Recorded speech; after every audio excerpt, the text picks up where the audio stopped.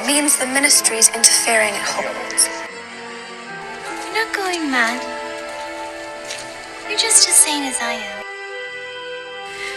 I must not tell lies. You seem to be laboring under the delusion that I'm going to, what was the phrase? Come quietly. Hey everyone, welcome to Hogwarts, a podcast.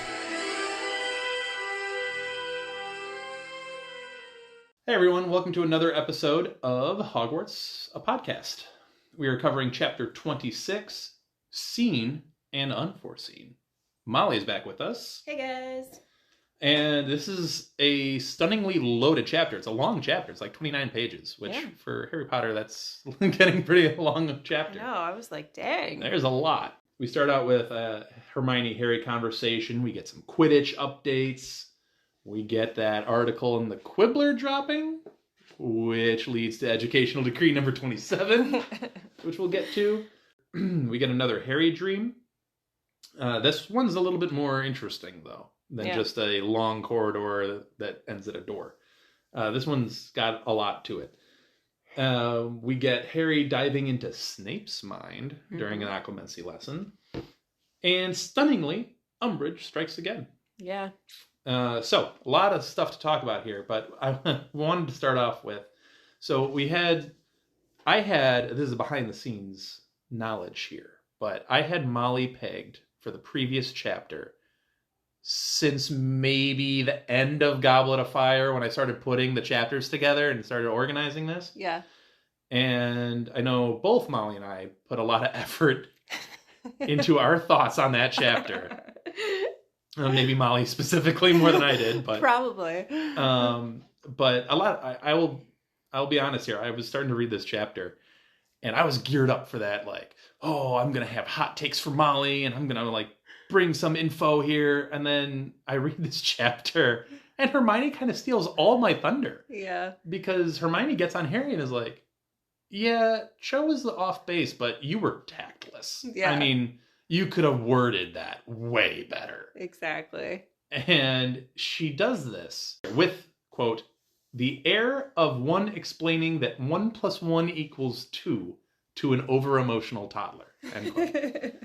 And I like that because now we've gotten some flack on this podcast for being, and by other guests on this podcast, Anna's a particular one that likes to defend Harry here.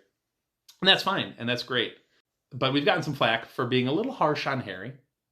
Julie, I'm looking at you. A little harsh on Harry. But Hermione's harsh on him here and being like, you got to be better. Yeah. You got to be better. And then that air of explaining 1 + 1 to an over-emotional toddler, I think, is the air with which we speak about Harry sometimes on this podcast. So it just made me laugh. Yeah. It just made me laugh. And I was like, huh, that makes sense. And then as you brought up in the last chapter, what's funny about this is that Hermione should have also thought about what she was asking on that day. And that's honestly one of the more interesting points I think we brought up about that whole Cho Harry date was like, Hermione's a little to blame for how poorly this went, since she's the topic that derailed the whole thing. Yeah. Ron also notes that Hermione's a little bit of a savant with her insights to the female mind. Right. You get that difference of like Harry being blunt and Cho being a little bit more mysterious. And then that kind of breaks down into the guy versus girl, like how they think, how they feel, how they react, how they do everything. Men are a little bit more blunt. Yes. Women are a little bit more subtle with how they communicate things. Yeah. That's fine. Yeah. But you do get a little bit of that kind of back and forth. As I mentioned, Ron kind of interjected himself into this conversation at some point. We get a little Quidditch update on how things are going with the Gryffindor Quidditch team. Spoiler alert, not well. Yeah. Not well. Fred and George said they were actually out watching the practice. They're like, Ron was not performing well. Sloper? I read it as Slopper, which I think is funny. I feel like that should have another P in the name, though. I think it's Sloper. I think it's Sloper. Sloper and Kirk are not doing well replacing Fred and George. It's really rough. They said Ginny was actually doing quite well. Mm-hmm. And they have no idea how or why she's actually as good as she is. But Hermione actually lays out the idea that, she's actually been breaking into your broom shed since she was 6 and just rotating through the brooms practicing. And I forget if it's Fred or George goes, oh, that makes sense. Yeah. That now makes sense. Yep. I do also like the little detail that Fred and George throw in here of like, we actually figured out the snack box issue of the boils. Mm-hmm. Lee put us onto this like Murtlap essence, and it seems to work. And I'm like, Lee put you onto the Murtlap essence because Harry put him onto the Murtlap essence about Umbridge's torture and how that kind of soothes the wounds, which Hermione put him onto it. Right. So Hermione's now kind of helping Fred and George. Yeah. Very indirectly. I don't know. Yeah. Just saying. Yeah. So 6 degrees of separation. Exactly. We get Harry failing at his Occlumency homework, and he keeps going into these dreams, and he keeps feeling emotions and sensations that he should not be.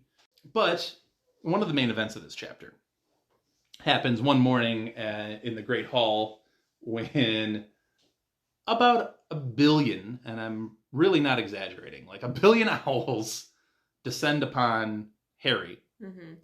And they're all trying to offer him their parchment, their letters. I think one actually has a copy of the Quibbler. And we find out that the Quibbler has been published. And that article that Rita wrote is now available, after the Crumplehorn Snorcack article had its run. People have read it, and people have opinions, Molly. Yeah. Do you know this? People have opinions about things, and it do. Yeah. I don't know if you've gone on the Twitter, or the X now, but people seem to have opinions about everything and anything. Right. And that seems to be the case here. You get opinions that span the entire realm. Yeah. You get people supporting Harry, people against Harry, people kind of meh, kind of in the middle. Yeah. It's kind of an interesting mixed bag. Like, I believe you, but I don't want to believe you. Yeah, there was a lot of those. Yeah. There's a lot of those. Yeah. Understandable, though. So I asked you this question last chapter, but I'm going to ask you again anyway. Yeah.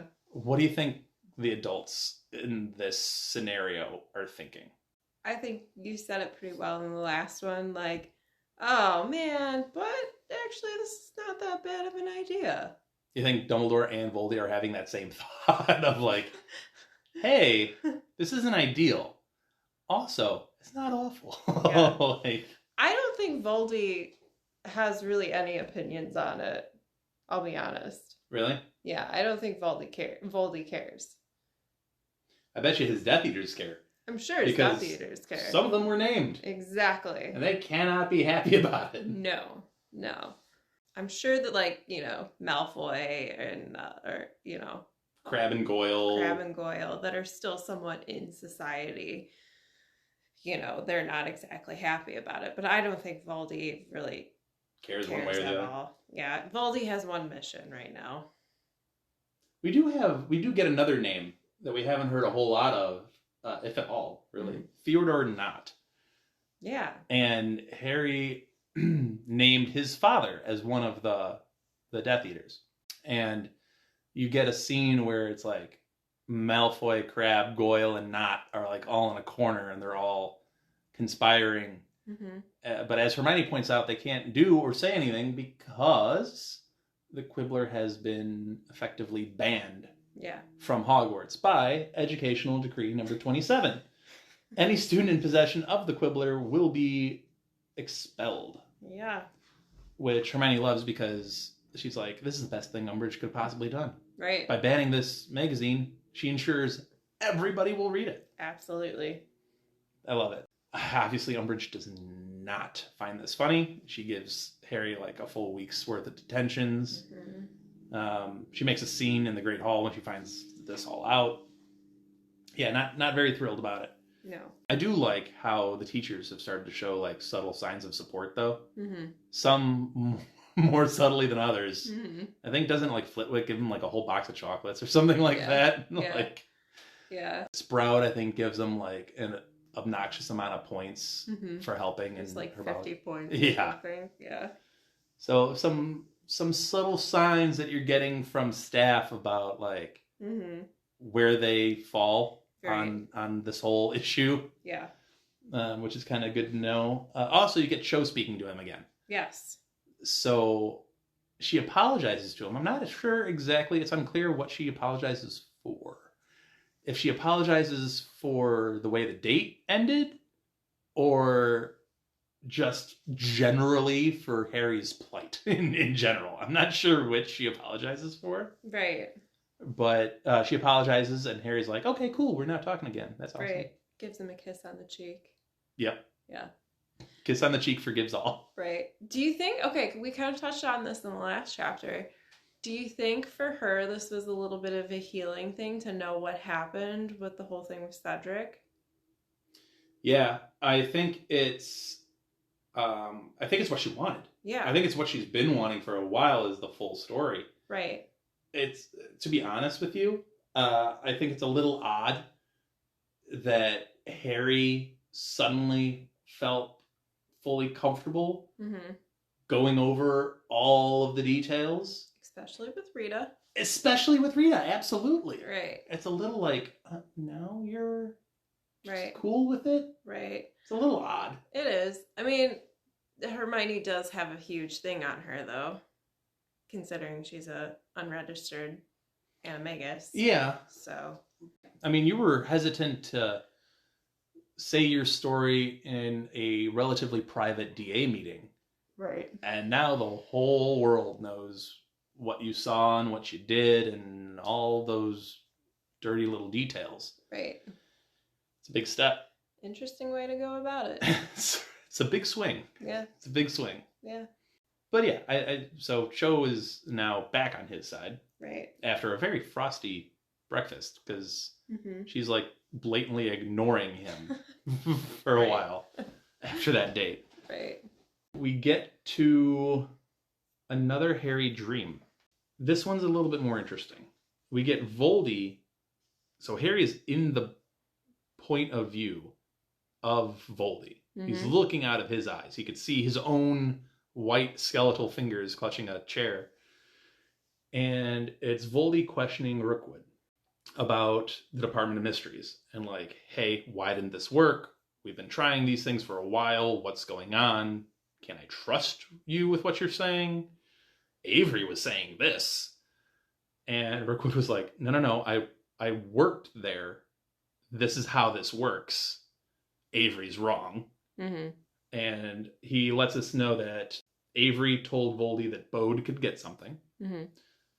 Clearly couldn't. Right. And it hurt badly. We also know that Malfoy Imperiused Bode. And Bode fought hard against that Imperius curse because he knew he couldn't accomplish what was being asked of him. Which is interesting. There's a lot there. We also get Voldy being like, okay, all right, that's fine. Go get Avery. Yeah. And then that does not end well for Avery. No. So it's a very interesting dream. Yeah. It's a different one than he's used to. Now you're getting a look literally inside Voldy. The man himself. Yeah. And then Ron immediately goes, you've got to tell. And then Harry breaks him off and goes, I haven't got to tell anyone. Right.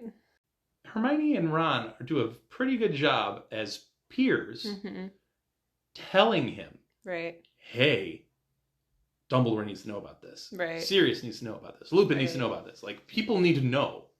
Like, you need to tell somebody this is happening. You need to tell Snape this is happening. He's your teacher in these occlumency lessons. And Harry's like, nope, absolutely not. Yeah. I'm not going to tell anybody I'm failing. Like, it's fine. Yeah, this is totally okay. I'm cool with it. Right. I don't know. If you're in Harry's shoes here, what are you kind of thinking? I can completely understand where Harry's coming from, though. Like, look at how this whole thing has gone so far with Snape. Not well. Yeah, and it's getting worse. And it's getting worse, and he's only gonna just keep belittling Harry, which Harry doesn't really want right now, over this. Like, he can't tell Dumbledore because Dumbledore is not really talking to him. Like, there's no one really... He doesn't feel like he has an outlet. Right, he doesn't. I agree on the Dumbledore thing. I don't think he feels like that's a viable option for a couple of different reasons. Dumbledore's showed no interest in him at all. B, he thinks, and I think he's used this excuse before in this book, of he's got enough on his plate. He doesn't need me talking to him about dreams. Like, he's got enough to worry about. Right. Okay. McGonagall? Because McGonagall is his right-hand woman. And someone you presumably feel a little bit more comfortable with. Yeah, there's still a little bit of hardness to McGonagall, though. Like, I think Harry trusts McGonagall, but at the same time, too, I don't think he sees her as, like, a soft shoulder, if that makes sense. Yeah. You know? Yeah. And he can't tell Sirius because... He refuses to involve Sirius and maybe make him do something rash. And I mean, he can't tell Snape. Yeah. And I get why, because out of all the people we just mentioned, Snape is the least friendly adult. Right. But at the same time, he's the one that's directly involved with this type of thing. Right. And as we're going to get to, he finds out anyway. Right. Like, he finds it out fairly quickly. He's like, whoa. How do you know that man and that room? Right. I've seen both of them. Like, how do you know that? Right. And then Harry's just like, oh, all right. Yeah. Here it is. And for the record, I mean, other than Snape being upset that he's like, you should not be seeing this. Mm-hmm. Work harder. Right. You know, I think Snape sees that threat of like, you really can't be seeing this. Mm-hmm. This is not good. Yeah. I think plus too, I mean, I guess in Harry's eyes, like, well, he's going to find out anyway. And I think too, you know, going back to the Dumbledore thing, like, he's going to feel like a failure in front of Dumbledore, in front of like the head, you know. I think it's a lot of that, especially in this scenario. I think you hit it right on the head with that he can't fail. He has to succeed, and he's failing in Occlumency, and he's failing at this. So he really doesn't want to go to Snape and be like, yeah, I'm not doing well with what you're giving me. And Dumbledore, it's embarrassing to not be up to that level. Exactly. I think that's the major issue. Yeah. We also learned that it's been 2 months of these lessons, by the way. Oh my gosh. Yeah. 2 months of having Snape invade your mind every Monday. No thanks. It's a lot. Yeah. It's so much so that at some point Harry eventually does actually fight off the Legilimens and use a spell, Protego, which vaults Harry into Snape's mind. Mm-hmm. And we get a glimpse inside. And we see a man yelling at a woman cowering in a corner. Mm-hmm. We get a boy sitting alone in a room. Yeah. And we get a girl laughing as a boy tried to ride a bucking broom. Mm-hmm. And then obviously Snape fights through that and kicks him out. And Harry just sees like a little glimpse inside Snape's childhood. Right. And maybe gets some glimpses of who Snape is and why Snape is like he is and things like that. Because shockingly, Snape is more than just the adult we've seen in the first 4.5 years. You know, he's a lot more than just that. Yeah. And then I don't know why this just came to me. Like, I'm sure it's probably pretty obvious to other people.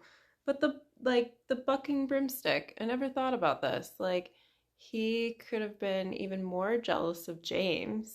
It's because James was such a good Quidditch player and flyer.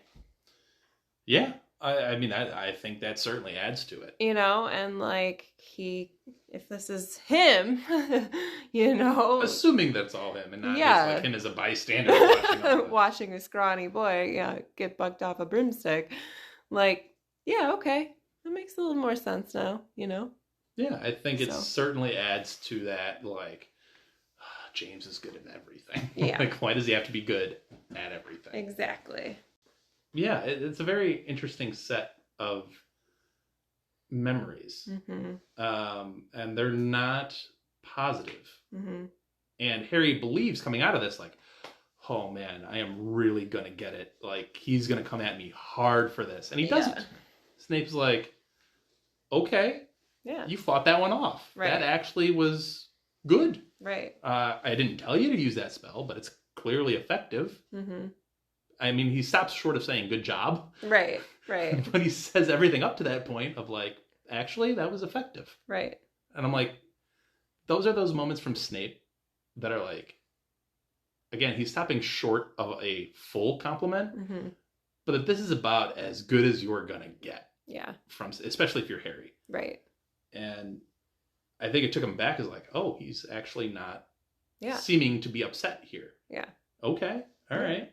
However, what Snape is upset about is they try again, and now we get Harry walking down the corridor. The door is open. He goes through the open door, and now he's in a room with multiple doors. Which one do I choose? And then he stops, and Snape is like, what are you doing? Like, you gotta stop. Right. And then he's livid. Now Snape is livid again. Now he's unhappy. I think we shouldn't gloss over what Snape is in these lessons. He's mostly mad at Harry when he's not getting the job done.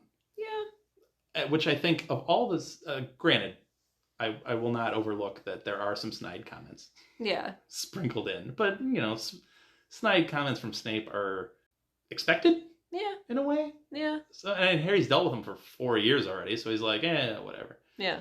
But when Snape gets truly angry with him, is like, you have a job to do. Yeah. Like, do it. Yeah. I still don't think that it's an effective teaching style for Harry, though. How would you change it? I think Harry does need a little bit of tough love, but I also think he needs a little bit of encouragement. What kind of encouragement are you looking for from Severus Snape? Well, I mean, that's the thing, though. You know, like, clearly Severus is not going to be a great... I think you saw the peak of it in this lesson, where it's like, I didn't tell you to use that spell, but it was effective. Right. And I think that's about as peak as you're going to get. And I just don't think that Harry was responsive to that. Like, he was just like, okay, cool. Now I'm going to get it. So would you want it to be like more... I want it to be Lupin, okay? You just want it to be a completely different person. Yeah. Even though Lupin himself would tell you, like, I'm not as good at that. Exactly. Fair enough. I don't know. I think it's fair to ask, like, Snape to explain the process of fighting it off better. Yeah. That's fair. Like, what are you going to experience in this? Here's how you fight that. But to Snape's point, he kind of has. He's like, you got to shut yourself off. You got to really shut down emotion, and you got to, like, really start to compartmentalize things. Yeah. Like, he has told Harry the playbook here. And then all Harry can do is like, I hate you. Like, you're not really doing what he's asking you to do. Right. And it's just, again, this back and forth of like, I'm trying here, but you're not helping me. And then you get the flip side where Harry's like, I'm trying, you're not helping me. And it's just going back and forth, ping-ponging. Yeah. And it's like... It's just a bad dynamic. This seems to be doomed to succeed. Like, it's just not happening. No. Yeah. However, this is the interesting part of this chapter for me. Yeah.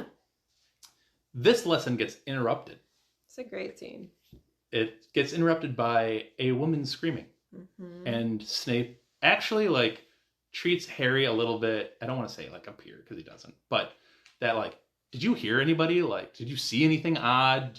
Was anything abnormal? Like, he's trying to, like, actually piece together a puzzle with Harry for a second. And Harry's like, no. Yeah. Like, I don't know. And so Snape's like, wand out, and he, like, goes charging because I think he knows that voice. He does. Because Mollie and I were on it from the get-go. Yeah. I think he was worried about the love of his life being in trouble. Absolutely. And I think he responded to that call immediately. He shot out of that room. Absolutely. Wand at the ready. Absolutely. To save his wonderful love, Sybil Trelawney. Yep. After their magical date at Madame. I think he was waiting to, pop the question. Oh, yeah. I think he was ready. Oh, yeah. They had like a private booth with like 10 of those Cupids. Just showering The down cherubs. like gold, pink, and red confetti. Yeah. Just smacking Snape repeatedly in the face with pink confetti. Yes. Not annoying to Snape at all. One just sprinkling some glitter in the greasy hair. Mm-hmm. Yeah. It's fine. Right? Like, I don't know. So many questions surrounding their date. Maybe he brought her a favorite bottle of her favorite sherry. Ooh. I mean... Maybe he's been supplying her with the sherry. Maybe. We can go on and on. No, we should stop there. We should stop. Anyway. We find out, once both Harry and Snape arrive in the Great Hall, that Trelawney is in a state. She's got her luggage, one trunk by her, and the other trunk kind of like open and stuff. It looks like it fell down the stairs or was thrown down the stairs. And she's in the middle, and everybody's standing in a circle looking at her. And she's not in a great state. No. She's kind of hysterical. She even... Ultimately, we find out that Trelawney has been sacked. Mm-hmm. Umbridge is the one standing on the staircase looking down on the scene and almost gleefully, dare I say? No, she is. Okay. Gleefully looking down upon this really sad scene. And Trelawney she whimpers that line that's so famous. It's really a famous line that Hogwarts is my home. Yeah. Like, it's, yeah. It feels. Right? Yeah. I know some on our podcast have not had favorable opinions of Trelawney here, but this is some of the cruelest things Umbridge has done. Yeah. Because not only are you firing her, you're making this a public scene where you're kicking her out of her home, out of her job. She doesn't know where to go or what to do. Mm-hmm. She's obviously not feeling well. Like, she's crying, she's hysterical. Yeah. And you're taking enjoyment in all of this. Mm-hmm. And after harassing her for like months. Yeah. And, I was thinking about it when I was reading this chapter. And if you've been listening with us through the episodes, you know that this particularly, I think, in Prisoner of Azkaban, I talked a little bit about it with Marge. And with Umbridge, it's, I have been in a work environment that has not been healthy. Mm-hmm. And I felt awful walking into work every single day. Yeah. It was a miserable feeling, and I questioned everything. I questioned whether I ever wanted to do this again. I questioned whether I wanted to walk in the door again. Yeah. Whether I should just be like piecing out and be like, I'm done with this forever. Mm-hmm. Like, I'm out. I felt miserable. It was maybe one of the lowest points, I think, in my career, hands down, because I was walking into a toxic environment every day with a toxic boss who was putting me down, who was putting me on Front Street in unwinnable situations. Yeah. And it was just the worst experience. And essentially, in this book, that is what Umbridge is doing to Trelawney and Hagrid, making their lives absolute. Like, how are you supposed to do your job? You can't. Under those circumstances, with her being right over the top of you, making you uncomfortable on purpose to ensure that you screw up and make mistakes, which then you can further just destroy you on. Yeah. Your confidence is ruined. Your whole vibe is just torn to pieces. To the fact that your self-identity might even be questioned. Like, who am I at this point? Right. That's what... I'm trying not to be hyperbolic, but I've been in one of these situations, so it hits a different way. And what she does to Trelawney here and what she's in the process of doing to Hagrid is wrong. Oh, yeah. I mean, she's totally humiliating him. And I get that they're not the best teachers. I understand that. No one deserves this. No, they're still human beings. So this scene hits me in a certain way, but I do appreciate that McGonagall, of all people, which I was not very fond of McGonagall in Prisoner of Azkaban. I thought that was the worst her character was. Mm-hmm. Or even could be, really, because she was awful to Trelawney. She was. I mean, she was brutal. And she's the one, of all people, to come out and try to console Trelawney and try to get her back to feeling like at least a little bit okay. Mm-hmm. Or comfortable, at least. Shielded. And then it's not until Albus appears in the doorway where things start to turn. The momentum starts to shift a little bit. Yeah. And he immediately keeps Trelawney in the castle, which is number one. She can keep her actual residence. And I think the best part about the Dumbledore thing is, because Umbridge is like, oh, I'm sorry, you're confused about this situation. You're not understanding. Mm-hmm. And Dumbledore just serenely, just peacefully is like, no, I think I understand. Yeah. Your educational decree says this. Mm-hmm. Well, this is what I'm doing. Mm-hmm. Your other educational decree that you brought up says this. This is what I'm doing. Mm-hmm. And Umbridge is just left standing there going, okay, I guess. Yeah. I guess. And then the whole power dynamic shifts immediately, also in front of the whole school. I love it. So it's like, Umbridge asserts her power and her authority, and she feels strong when she's just broken this person systematically throughout the year. And then you have Dumbledore coming in and just knocking her down several pegs in front of the whole school. So Dumbledore gets to be the hero. Well, I mean, he comes in like a rock star. He does come in like a rock star. Framed in the gigantic in, like, doors. the moonlight, just like, what up? Yeah.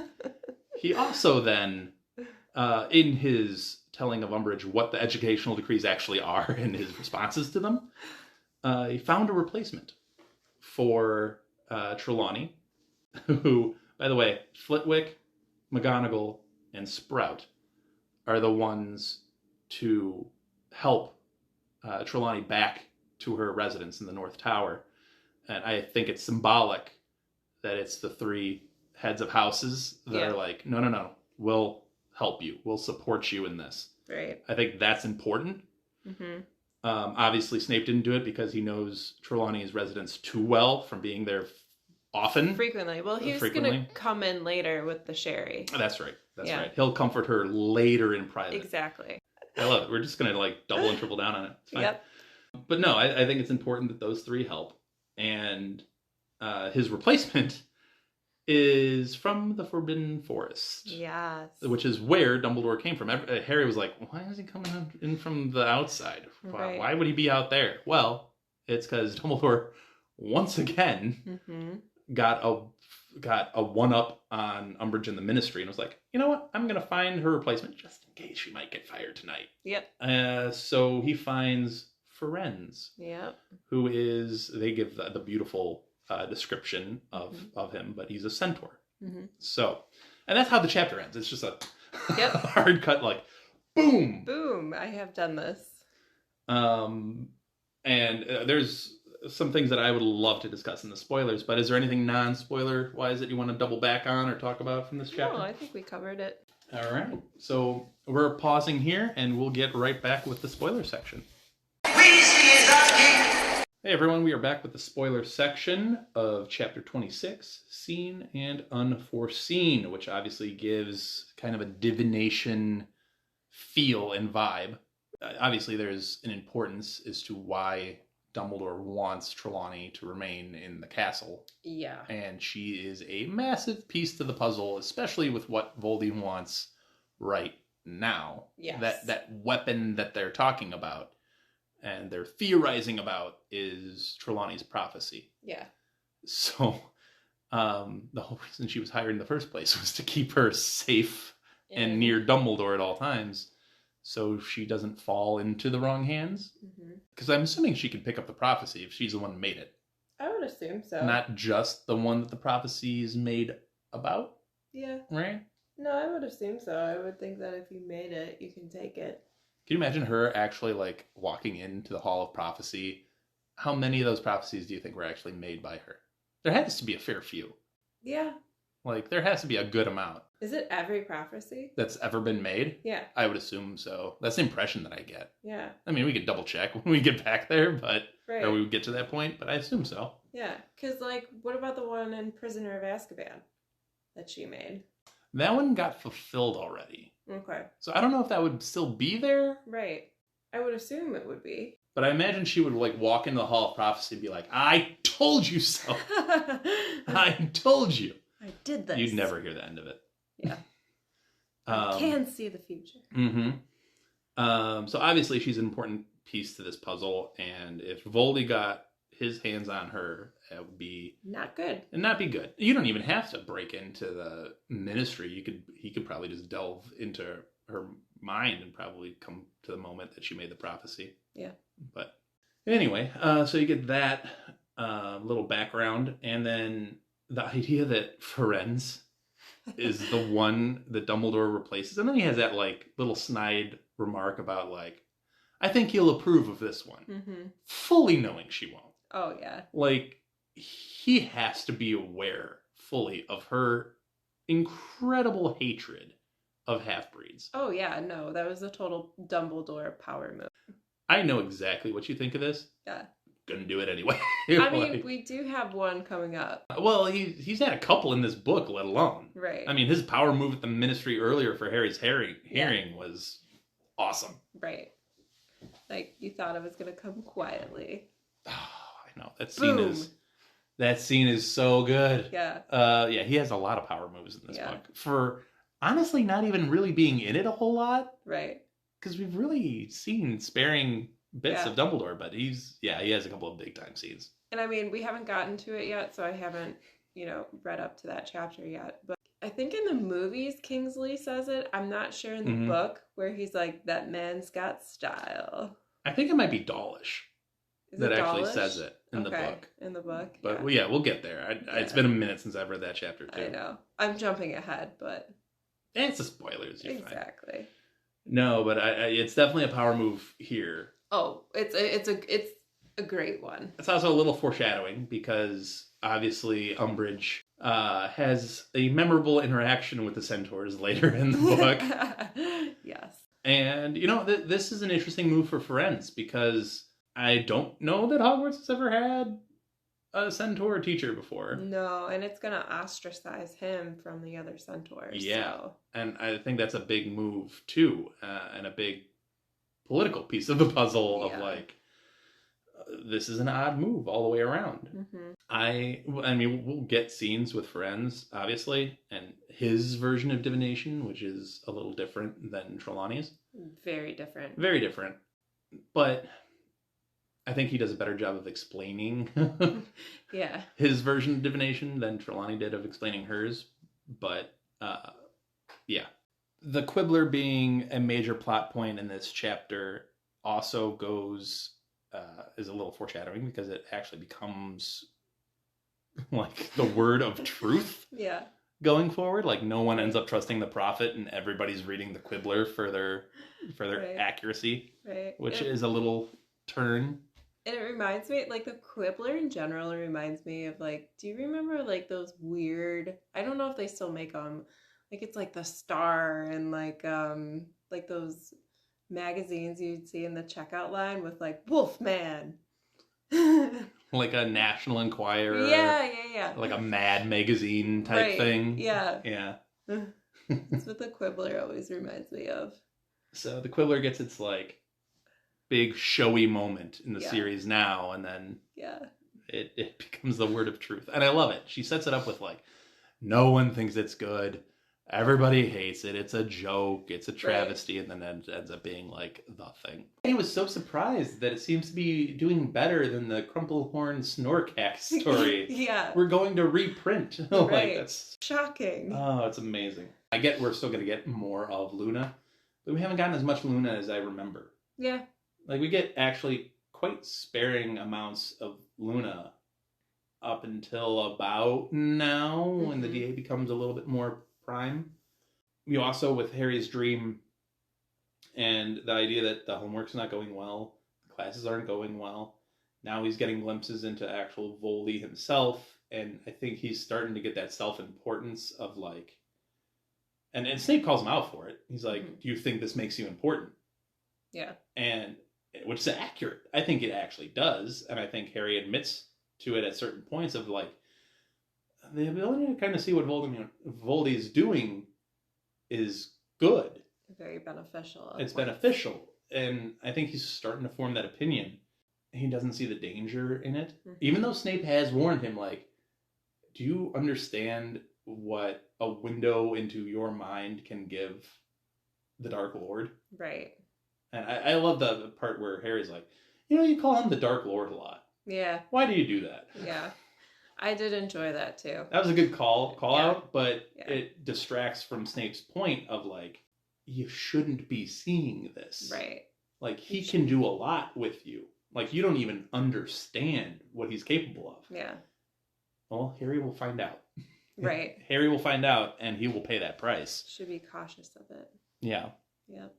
And I'm just not looking forward to that. I get to that chapter. It always takes me a little while to get the gumption to read it. It's cool. Like, it's an awesome chapter. It's awesome. It's an awesome chapter. Like, the whole ministry and all that. That is so cool. It just...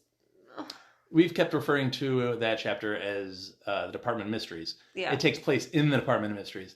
The chapter itself is actually Beyond the Veil. Right. So Beyond the Veil, we'll try to do something special and have some multiple guests on that one. Yeah. And might even split it into 2 episodes. Dang. And have a mix of different people kind of getting their 2 cents on it. Because everybody wants to be a part of that chapter. Oh, for sure. So we'll get there when we get there. That will probably drop sometime in January, I think. So we got some time.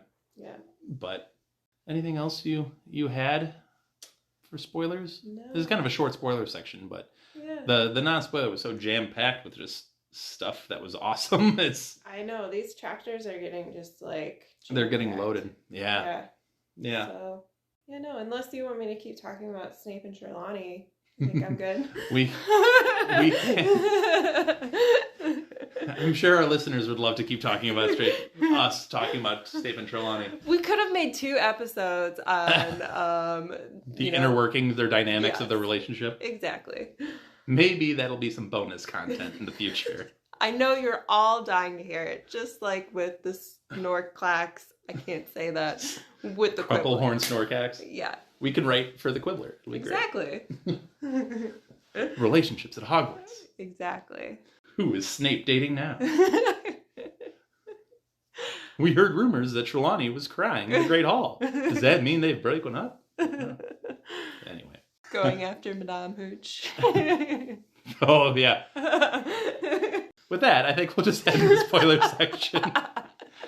We'll just end the spoiler section a little short today. Let us know what you think of the chapter 26, Seen and Unforeseen, by commenting on our Spotify episodes, by commenting on Instagram and Twitter, by participating in the polls that are on Spotify. There's a support the podcast link wherever you find this podcast, where you can donate financially. It's a lot of time and energy that goes into putting these things out. We would really appreciate any support. And if you don't want to donate, that's okay too. You can help us by sharing the podcast with whoever you know that likes Harry Potter, likes podcasts, likes people mentioning random ships. That would be our podcast. So yeah, all of that really goes a long way in helping us out. So with that, we will close it down here, and we'll be back next week. Bye. Thank you for listening to Hogwarts, a podcast. If you like what you've heard, please click the subscribe button on your preferred podcasting app and follow us on Twitter and Instagram at Hogwarts a Pod.